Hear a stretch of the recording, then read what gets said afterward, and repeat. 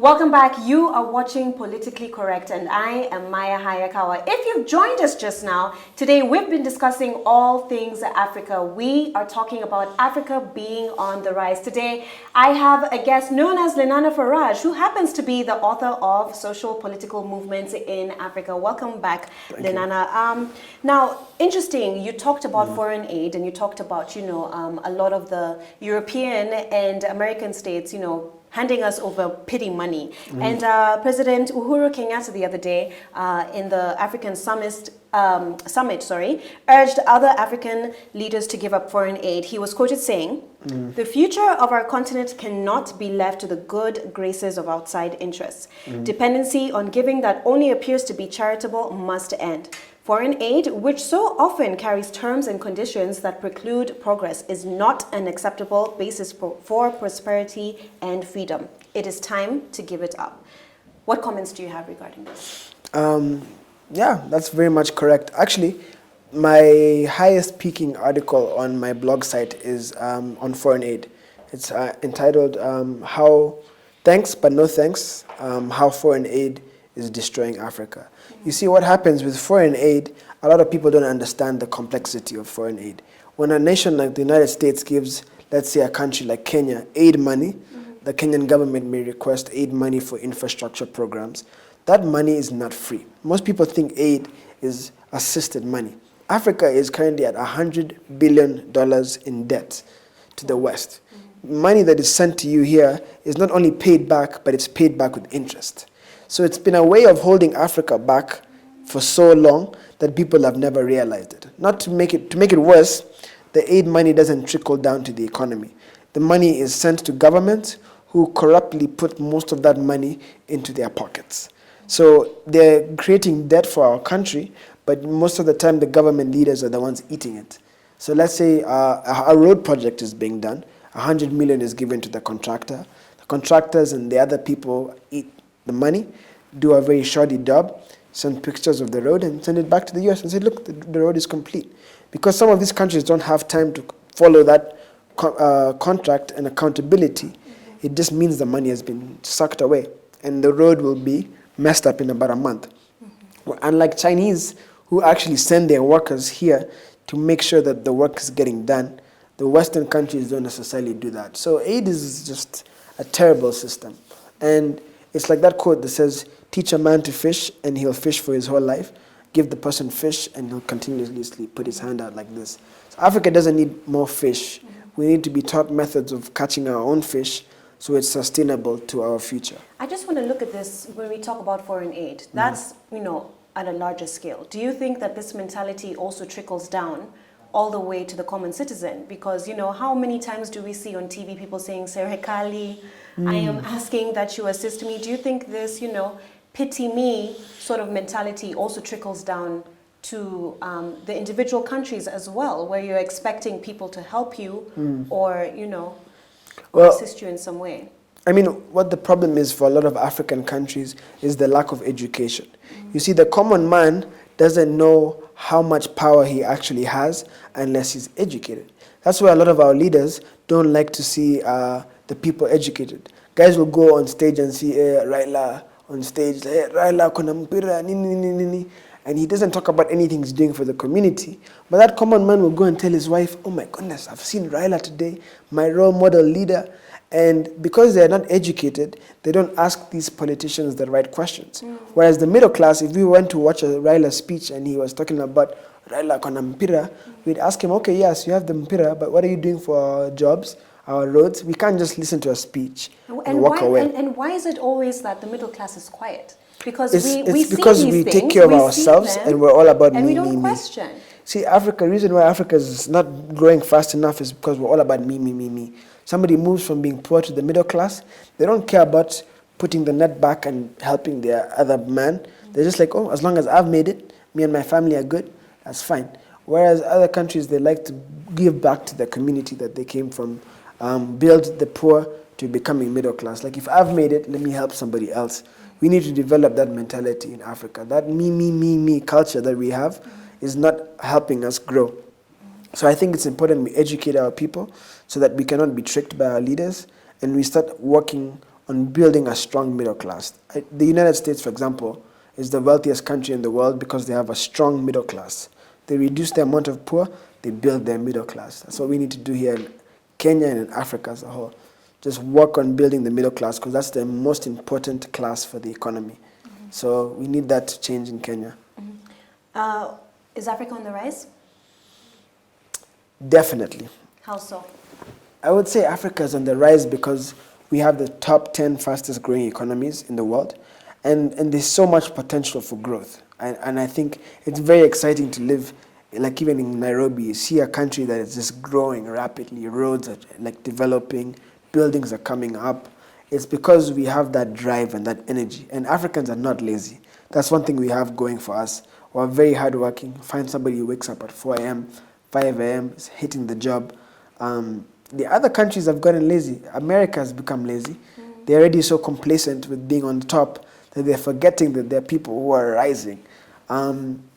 Again, corruption and government expenditure that gets lost is what's killing our economy. Leaders who stay there for 60 years, corrupt leaders who don't have enough money. You see somebody with $1 billion shillings in their bank account, yet they still want more. They're not satisfied. It's like, what more do you want, We need to end corruption. We need to end greedy leaders, and Africa will shoot up. That's the one thing that's slowing us down. But the people themselves... Corruption and the two things that are slowing us down. Corruption and government leaders who are completely greedy. I think that holding on to power is one thing that is really slowing us down. We need to be having democracies that pass on the mantle to younger people. Like Uhuru is a good example of how Kibaki came, served his term, and he left. There's other presidents who we know, I'm not going to say names, who stayed here for 25 years. They all, I mean, you know the names, but I'm just saying, why don't we have that continuous system of you serve your term, you pass on to the next person? And that's one thing that a lot of African countries need, a healthy and productive democracy.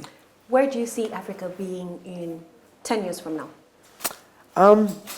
I see Africa being a global leader. Maybe not 10, maybe 20.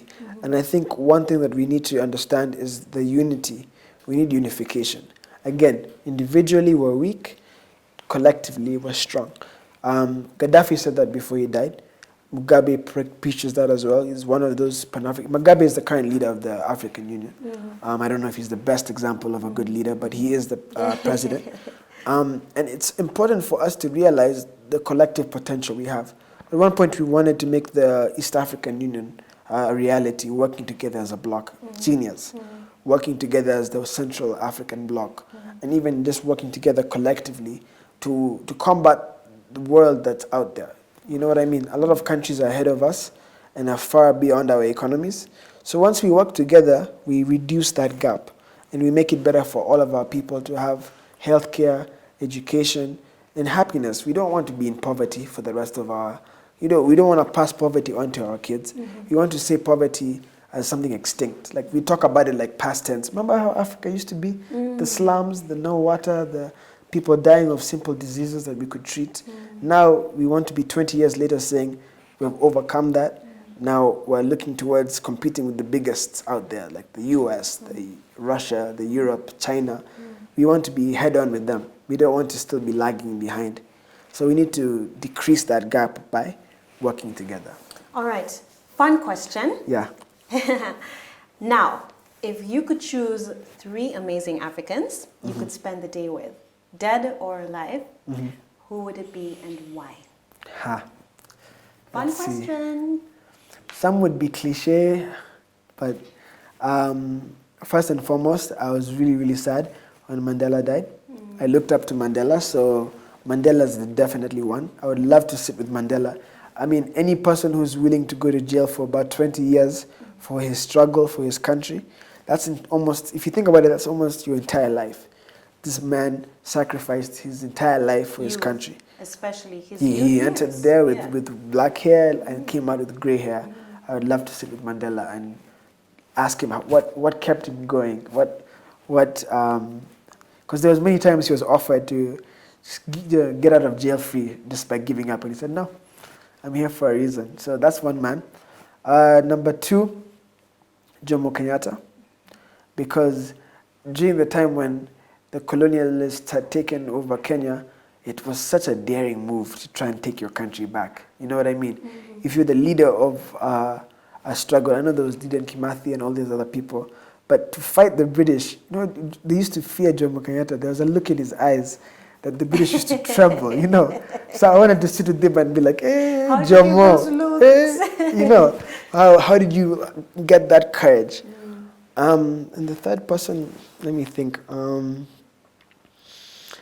Okay, yeah, this is going to be really controversial, but I would love to sit with Gaddafi. I had a feeling you would say that. I had a feeling you would say that. He's the most hated, loved person in Africa. Exactly. Because until his death, nobody could pin what they really thought of him.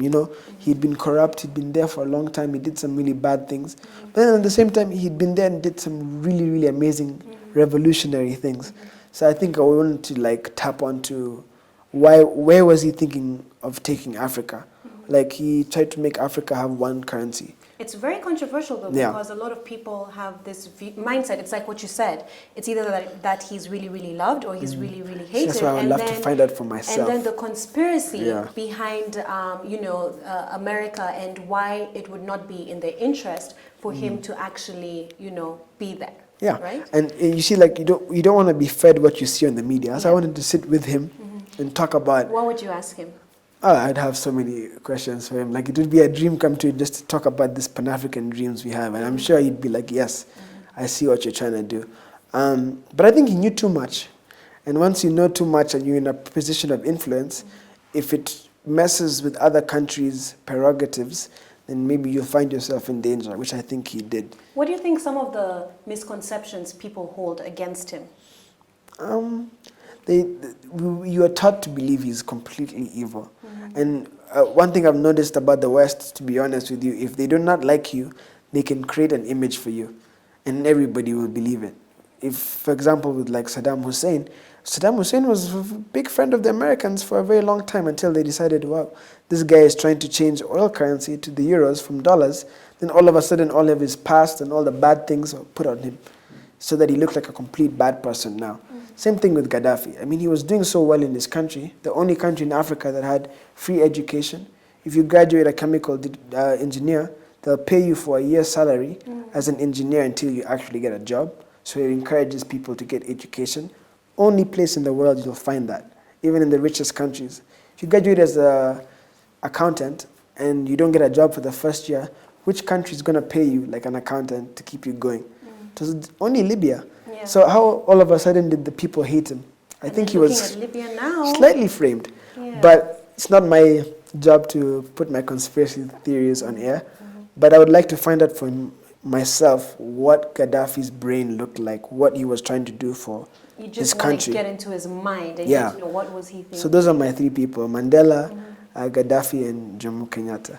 All right, well, final question. Sure. Well, not really a question, actually, but what message would you like our viewers to really take home today? Any final words and messages? If I can structure it in the right way. I would say that I want people to be open-minded and realize that Mama Africa has been the mother to the world for the longest time, and now it's time for Africa to be a mother to itself. We've been giving our resources to the other countries. We've been building other nations, Europe, America. It's time to build ourselves. Stop being the mother to everybody else and be a mother to its own people. And I think it's time for Africa to heal, to grow, to expand, and for our children to get the right type of African history, to have pride in their continent, not be just simply whitewashed by the culture, but know that the first Homo sapiens came from East Africa. Yes, that means that the first human beings evolved here. If anything, Africans are the most evolved species on the planet. We need to act like it, we need to be proud of who we are, and we need to tell our kids to aspire to be all Pan-Africanists. I don't know about you guys, but I am definitely feeling really inspired today. Thank you so much, Lenana, for stopping by and coming to my show. Real quick though, why don't you let our viewers know where they can find you on Twitter, on your Facebook, your site as well? Okay, so if you're looking for me, please find me on Twitter at Faraj91, and you can find my blog posts at www.elfaraj91.blogspot.com and Lenana Faraj on Facebook. So feel free to add me on all social media platforms and stay connected to my work. So thank you. All right. Thank you so much. It's been a pleasure. Thank It's you. been an absolute pleasure. Awesome. That's it for today's show. Thank you for joining us today. I do hope that you were able to learn something new.